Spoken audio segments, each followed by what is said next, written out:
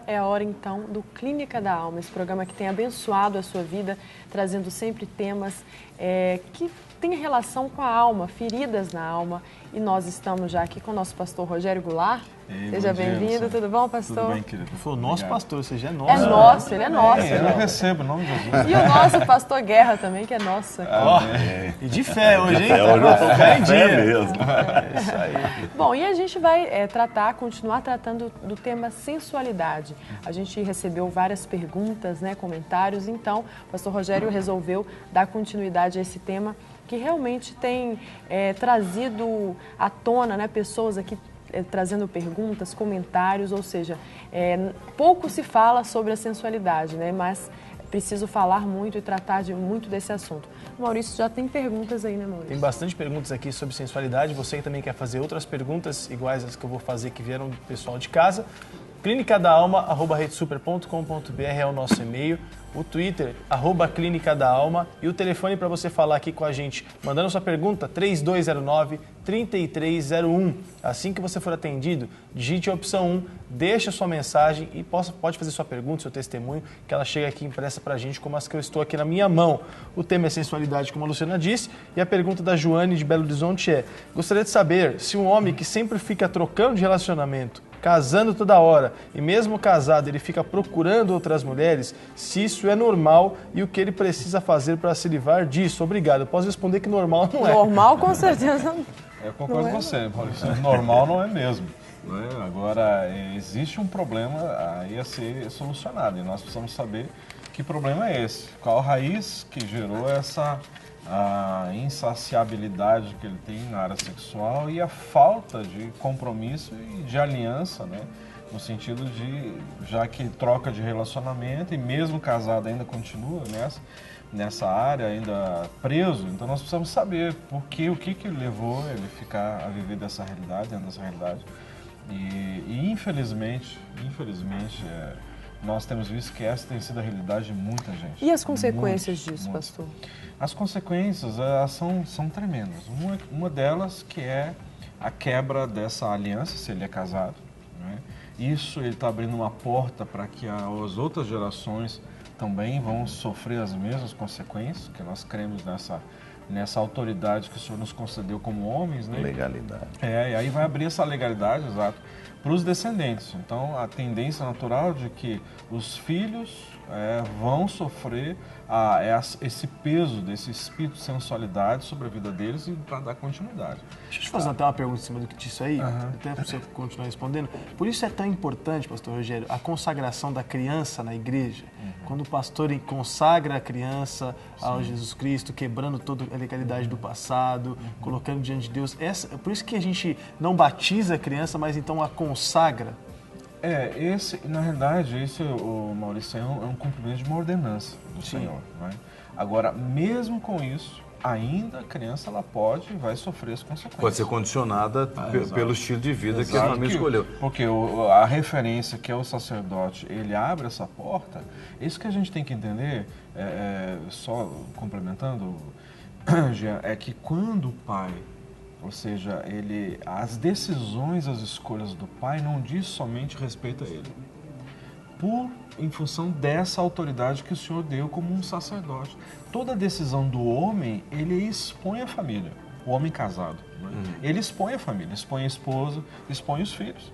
Por quê? Porque ele tem essa função de ser a cobertura, de ser aquele que apresenta a família diante de Deus como sacerdote, é aquele que cobre a família, que traz o ensino, ou seja, da palavra, a oração, a devoção dentro da casa. Então, quando ele tem essa área exposta, automaticamente não está dizendo respeito só a ele, está dizendo respeito à família toda. Por exemplo, um pai de família, todo mundo já está dormindo, ele fica até altas horas da madrugada, entra na internet, entra naqueles sites todos, ele acha assim, isso só tem a ver comigo.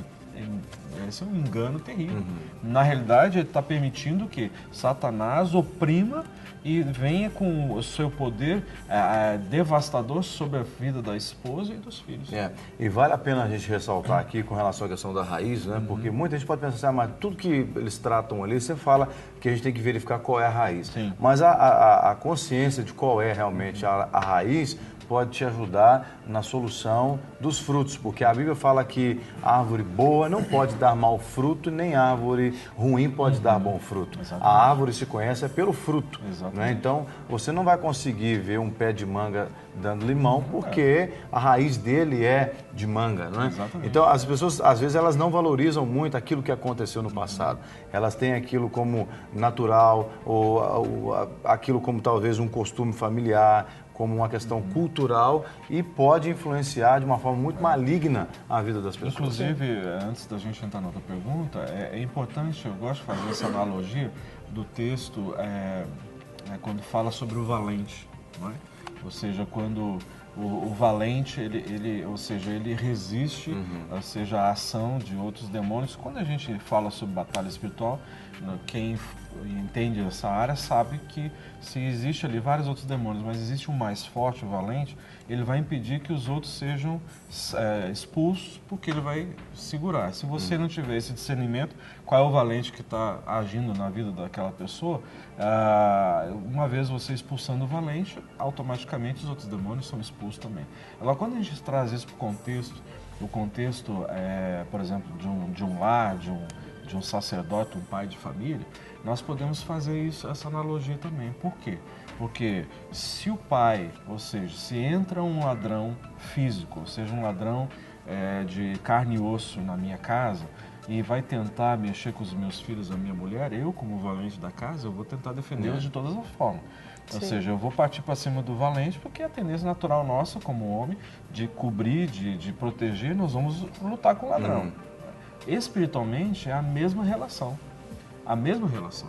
Então, assim, se eu, como valente, a minha vida está no altar, ou seja, se eu vejo um filho meu ou a minha esposa sendo oprimida por uma ação demoníaca, ou seja, eu vou ser esse que vai entrar. Agora, para resistir. Mas, em contrapartida, eu abro a porta, ou seja, estou dizendo assim, pode pegar meu filho, pode pegar minha esposa. Se o líder é escravizado, em uma área, não necessariamente nessa área, mas qualquer outra área.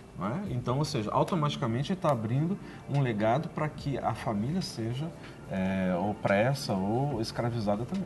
E nessa questão da sensualidade, por exemplo, o homem ele é peça fundamental, principalmente na sensualidade que toca a questão da sexualidade, porque ele ajuda a determinar e afirmar a identidade sexual dos filhos. Dos filhos, exatamente. Bom, uma outra pergunta aqui é da Juliana de Belo Horizonte. Ela pergunta o seguinte: meu marido tem um filho de 14 anos e ele mora com a gente agora. E todos os dias ele chega e diz que beijou muito na escola. Como nós fazemos com os adolescentes? Eles não querem mais saber de nada além de ficar de namorico. Imagina, 14 anos beijou muito. É uma área tem que ser trabalhada na igreja, né? Tem que ser envolvido. Tem que ser envolvido, trabalhado na Bíblia. Aí aqueles que acompanham os adolescentes é que vão. Mas entra no que o pastor Rogério falou. Se o valente, se o chefe da casa não se posiciona, né, aí dificilmente a igreja vai conseguir ultrapassar essa autoridade. Mas as famílias hoje estão transferindo esse problema para a igreja. Eles acham que o pastor ele tem obrigação de cuidar. Uma vez eu falei com a senhora, olha, a senhora tem que cuidar do seu filho. A gente até dá cobertura, ajuda e tudo. Mas aí chega lá, joga na mão da gente e fala assim, não, resolve o problema. Né? Vem, traz, coloca e depois ainda vai perguntar assim, resolveu? Entendeu? Numa conversa não tem como resolver, não. Agora, e acontece da mesma forma na escola, né? Ou seja, transfere para o professor. Terceiriza a educação. Terceiriza. Agora, pastor, a gente vê aqui, por exemplo, esse depoimento foi de uma mulher, de uma mãe, né? Muitas mães observam aquilo que está acontecendo em casa e querem culpar também o pai. Ah, mas o pai não toma postura, não assume a sua função dentro do lar. Mas o homem que é cristão, ele tem uma consciência maior da sua função. Claro. E aquela mulher que tem esse impasse, o homem não é cristão e ele não consegue assumir, qual que é a postura que uma mãe, uma mulher deve ter justamente para influenciar esse marido com sabedoria, né? Exatamente.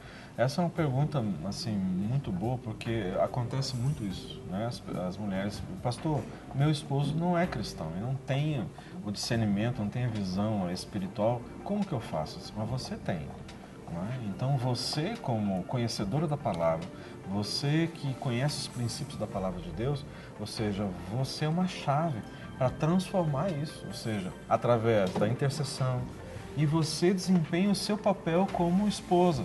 Não é? Aquilo, todos os princípios que a palavra de Deus traz como auxiliadora idônea, como aquela que honra o marido, ou seja, esse processo é a forma que que as mulheres têm, não é a gente, mas as mulheres têm, de poder o que ganhar os seus esposos, né, através do que de um testemunho, através da oração. Eu sei que tem horas que não é fácil, como uma irmã que eu atendi há pouco tempo, ela disse, pastor, lá em casa nós temos duas forças, são dois estilos de educação. Ou seja, eu quero ensinar o meu filho nos caminhos do Senhor, meu esposo disse ser crente, mas na rua ele mexe com as mulheres, ensina o meu filho a galantear, falar coisas obscenas para mulheres, assobiar. Então, assim, é uma luta. Isso é uma coisa que todos nós lidamos, né? Ou seja, no aspecto que a nossa luta não é contra carne e sangue, mas a nossa luta é nas regiões espirituais da maldade. Então, é através de onde nós vamos conquistar isso e mudar isso? O seu testemunho, a sua influência dentro de casa, ou seja, orando com o seu filho, estando na igreja, leva ele junto, coloca ali nas classes da escola, ou seja, e a sua prática em casa, orando junto, abrindo a Bíblia, ensinando os princípios, ou seja, e orando para que, ou seja, toda essa influência das trevas seja quebrada sobre a vida dele e realmente ele consiga lembrar, quando ele chegar na fase adulta, que, ou seja, alguém andou com ele, ensinou no caminho, né, os princípios da palavra de Deus.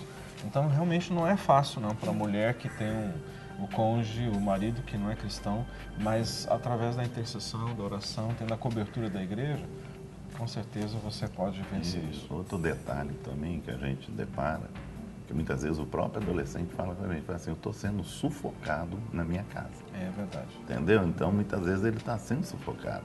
Tenha sabedoria para lidar com o adolescente em casa. Porque ele se sente sufocado e vai fazer o quê? Vai reagir de uma forma agressiva. Entendeu? Fechar a porta de quarto, não deixar que ninguém entre, ele começa a entrar na internet, que ele não queria, mas ele vai fazer só para irritar os pais. Sim. Então ele começa, aí a coisa puxa.